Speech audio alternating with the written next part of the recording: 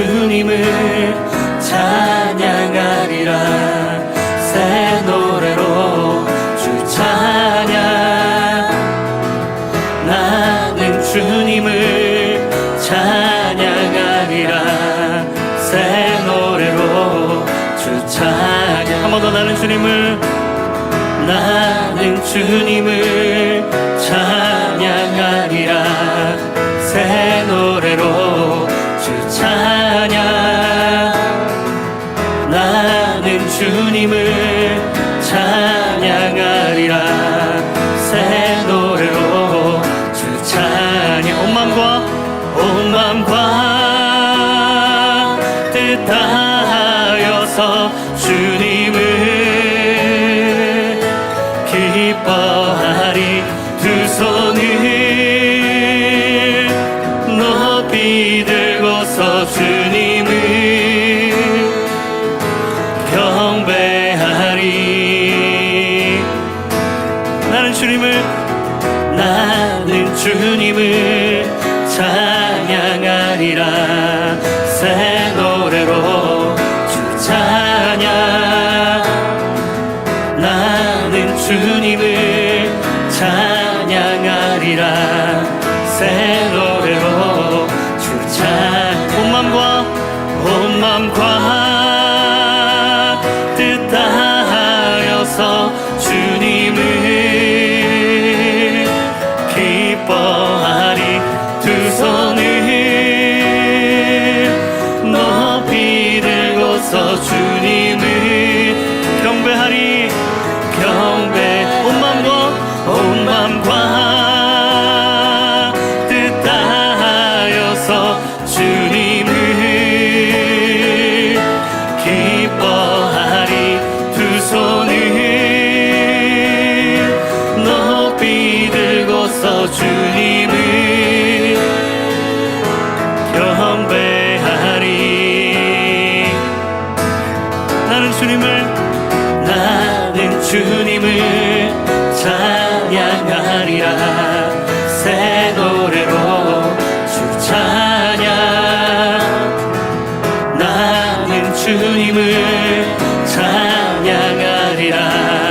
새 노래로 주 찬양. 새 노래로 주 찬양.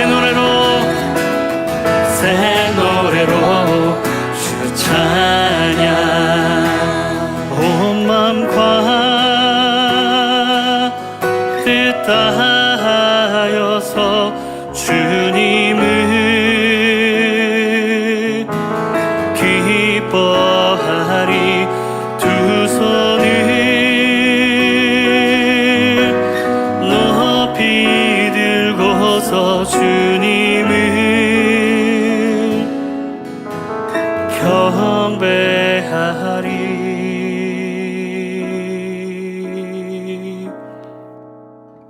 나 주님의 기쁨 되기 원하네.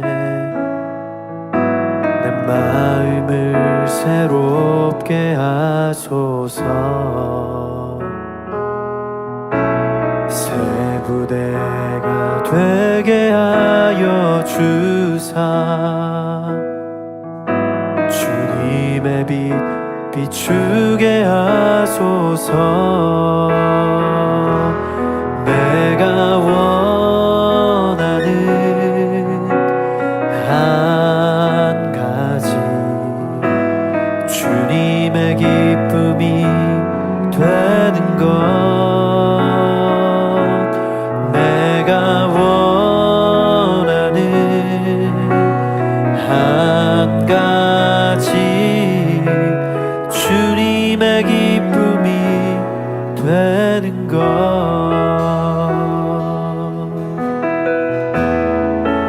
겸손히 내 마음 드립니다.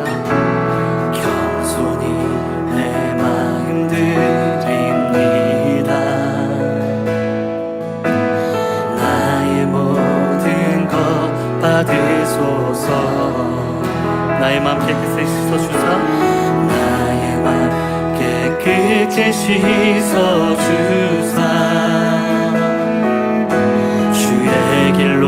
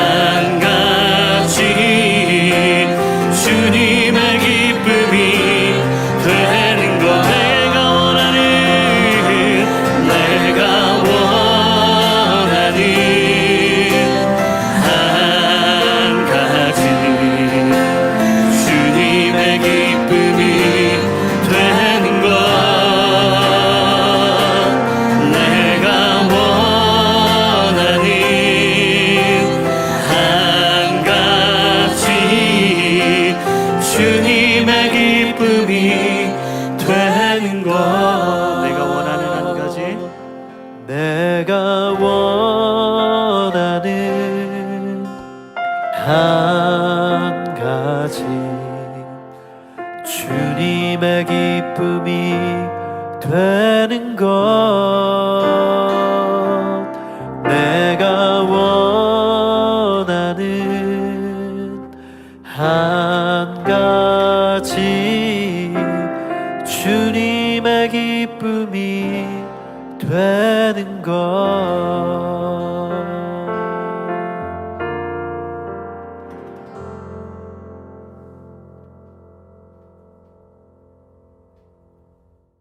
다니엘 3장 1절로 12절 말씀 봉독하겠습니다.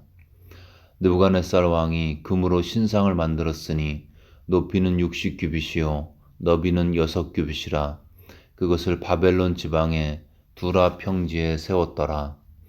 느부갓네살 왕이 사람을 보내어 총독과 수령과 행정관과 모사와 재무관과 재판관과 법률사와 각 지방 모든 관원을 느부갓네살 왕이 세운 신상의 낙성식에 참여하게 하며 이에 총독과 수령과 행정관과 모사와 재무관과 재판관과 법률사와 각 지방 모든 관원이 느부갓네살 왕이 세운 신상의 낙성식에 참여하여 느부갓네살 왕이 세운 신상 앞에 서니라.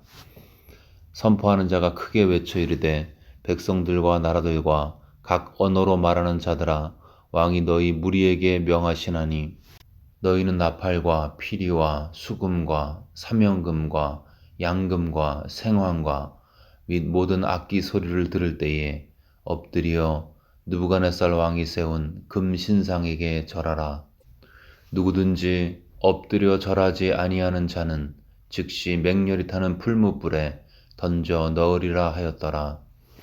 모든 백성과 나라들과 각 언어를 말하는 자들이 나팔과 피리와 수금과 사명금과 양금과 및 모든 악기 소리를 듣자 곧 느부갓네살 왕이 세운 금 신상에게 엎드려 절하니라. 그때 어떤 갈대아 사람들이 나와 유다 사람들을 참소하니라. 그들이 느부갓네살 왕에게 이르되 왕이여 만수무강하옵소서.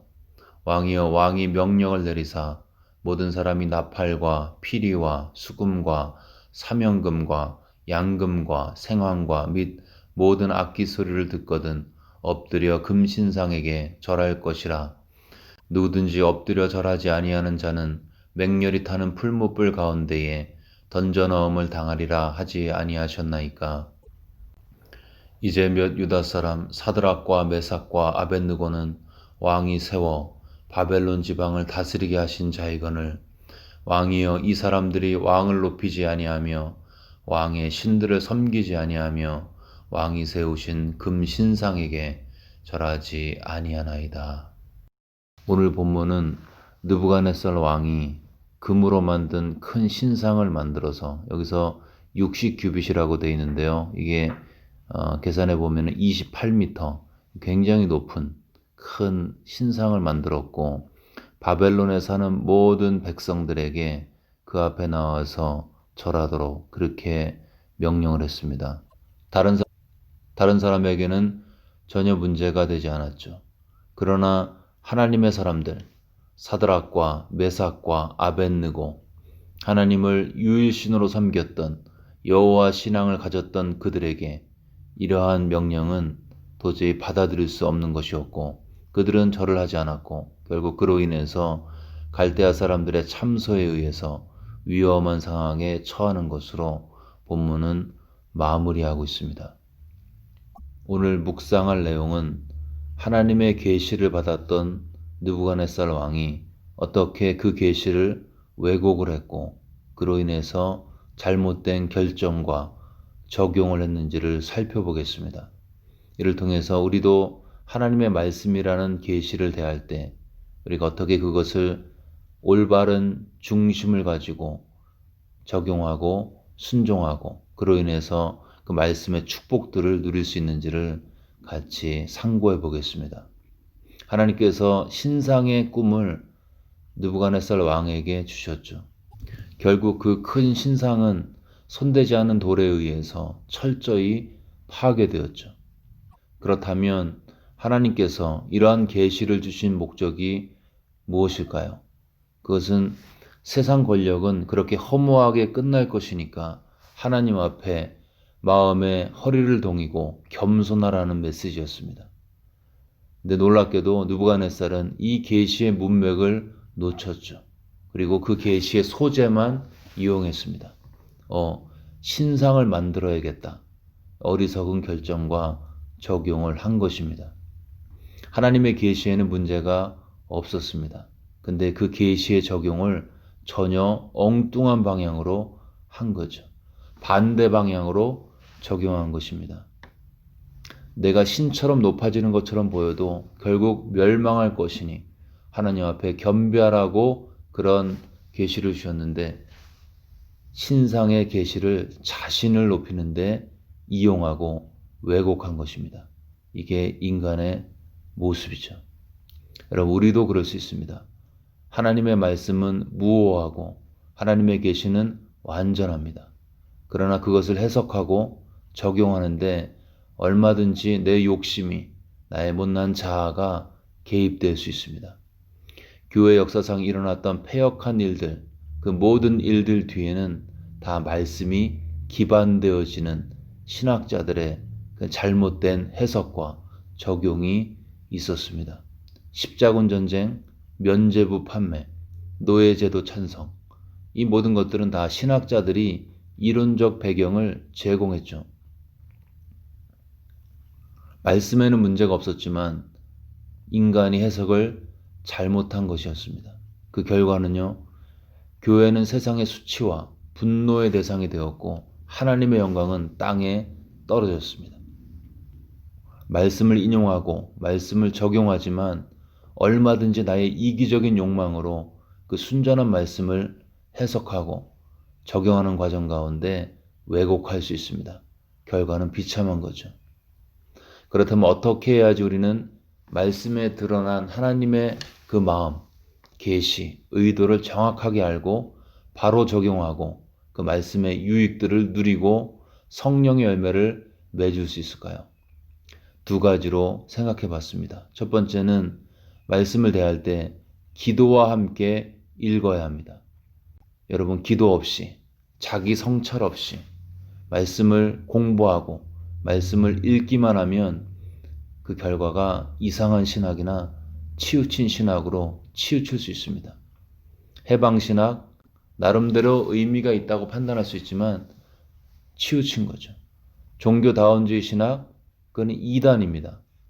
이런 것들은 다 기도 없이 머리로 하나님의 말씀을 공부의 대상으로만 생각할 때, 그럴 때 얼마든지 우리는 우리의 삶 가운데 하나님의 말씀을 왜곡할 수 있습니다. 지식의 양은 늘어날 수 있지만 그 지식을 건강하게 소화시키지 못한 거죠. 깊은 성찰과 죄에 대한 인식, 그리스도의 완전함에 대한 갈망과 사모함, 이런 거 없이는 우리는 말씀조차도 얼마든지 왜곡할 수 있는 타락한 죄인에 불과한 것입니다.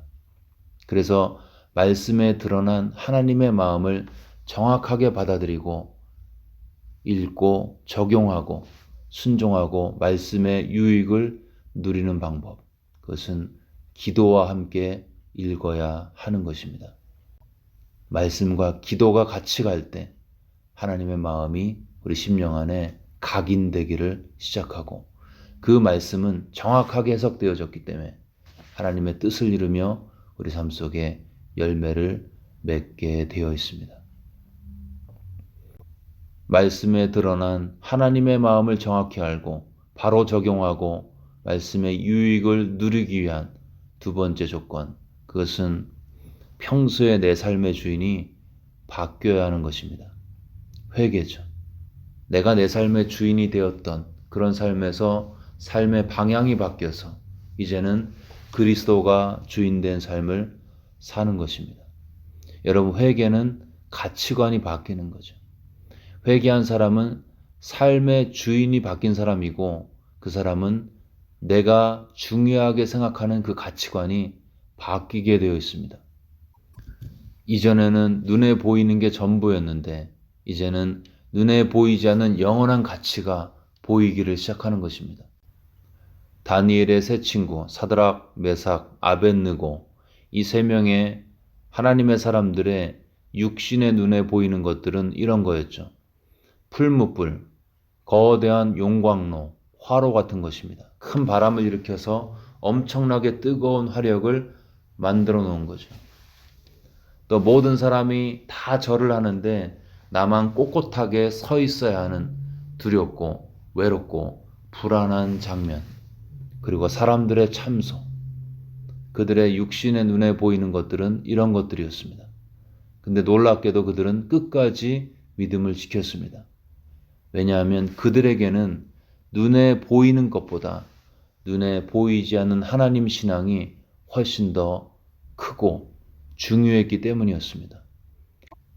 여러분, 예수님이라는 보화를 발견한 사람은 소유를 다 팔아서 그 보화가 숨겨진 밭을 사게 되었습니다. 이전에 중요했던 것은 내가 가진 재산, 소유물이었습니다.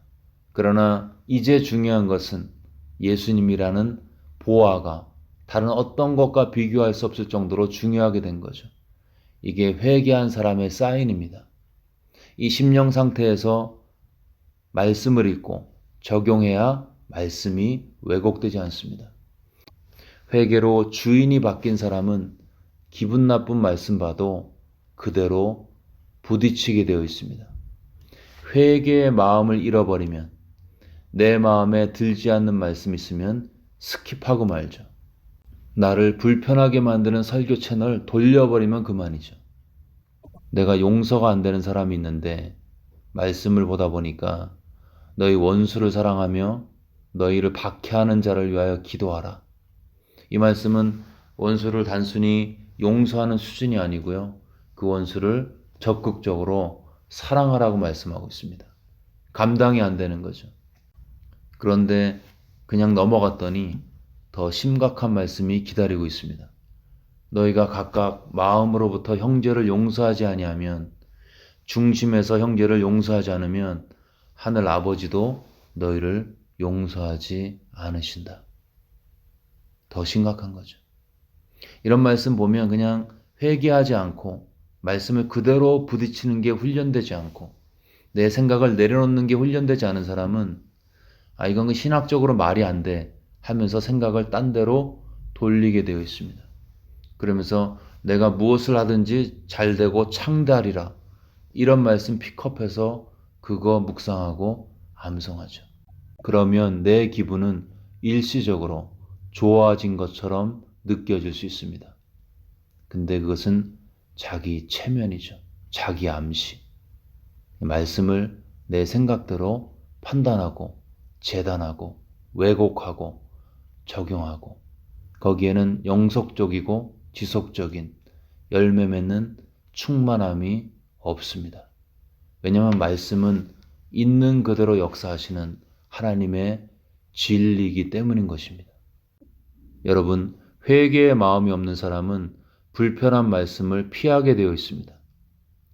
내 삶에 내 죄에 대한 자각이 없고 죄에 대한 애통하는 마음이 없는 사람은 나의 잘못을 지적하거나 겸비하라고 책망하시는 그 말씀 앞에 그대로 반응하지 못합니다. 그 말씀을, 명백한 말씀이 주어져도 그 말씀을 왜곡하고 엉뚱하게 적용할 수 있습니다. 본문의 느부갓네살 왕이 그랬죠. 하나님이 분명히 신상을 보여주시면서 그 신상은 파괴될 것이라, 그러므로 겸손하라, 그렇게 말씀하셨는데 그 신상의 소재만 갖다가 써서 신상을 만들어버리는, 그는 마음의 중심에서 회개를 하지 못했기에 말씀을 왜곡했고 잘못 적용했습니다. 회개한 사람은요, 그 외적으로 불편해 보이는 그 말씀이 그 심령에는 꿀송이처럼 단체험을 하게 되어 있습니다. 왜냐하면 내 심령을 깨우는 말씀은 내가 회개로 반응할 때에 나를 치유하기 때문이죠. 하나님의 메시지는 순전하고 완전합니다.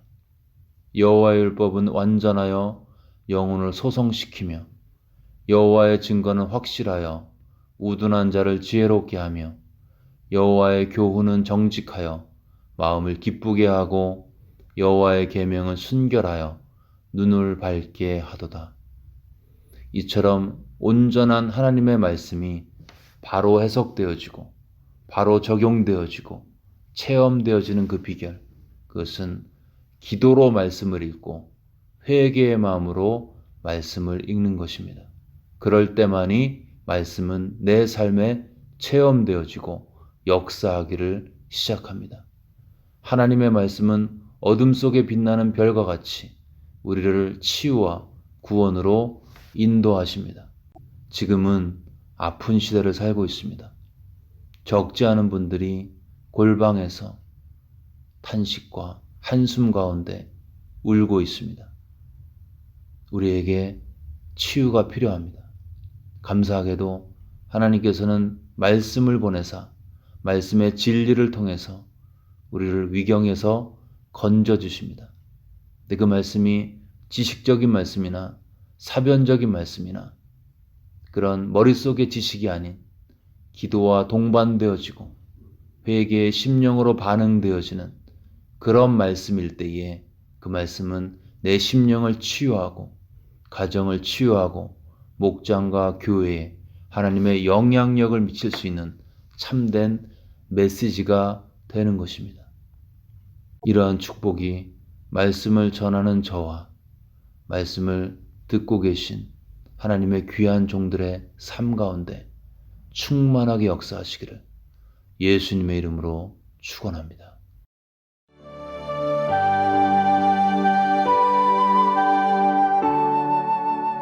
네, 이 시간 들은 말씀 붙들고 함께 기도하겠습니다.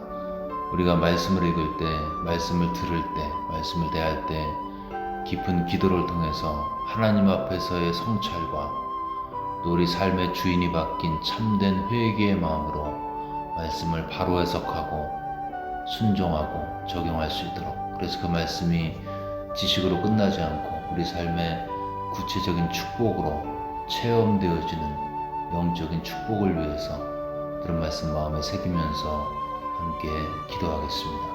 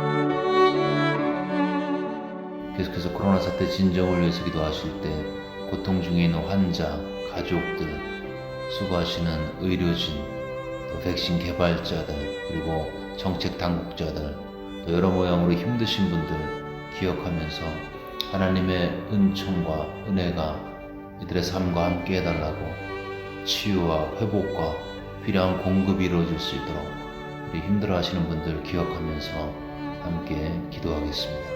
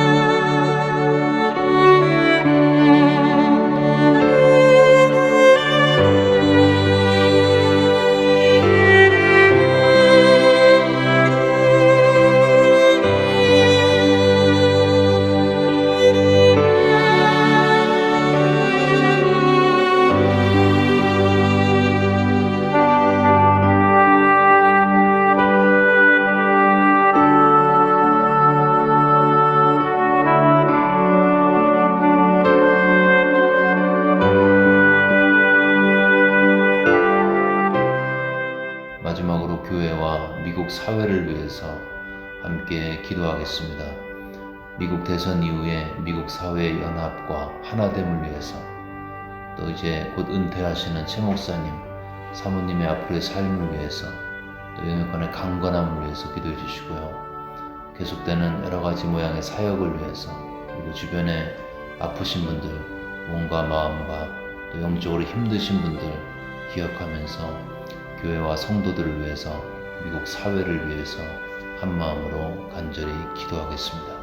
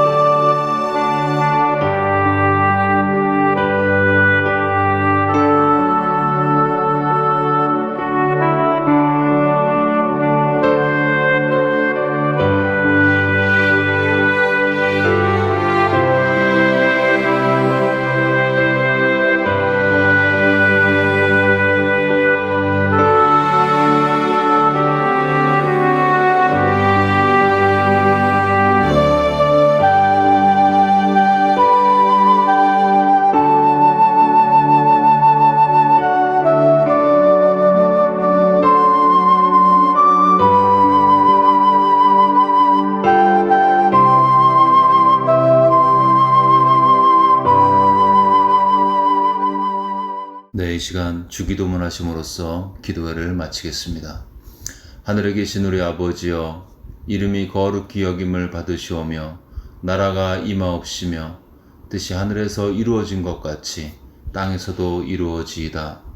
오늘날 우리에게 일용할 양식을 주시옵고, 우리가 우리에게 죄 지은 자를 사하여 준 것 같이 우리의 죄를 사하여 주시옵고, 우리를 시험에 들게 하지 마시옵고 다만 악에서 구하시옵소서.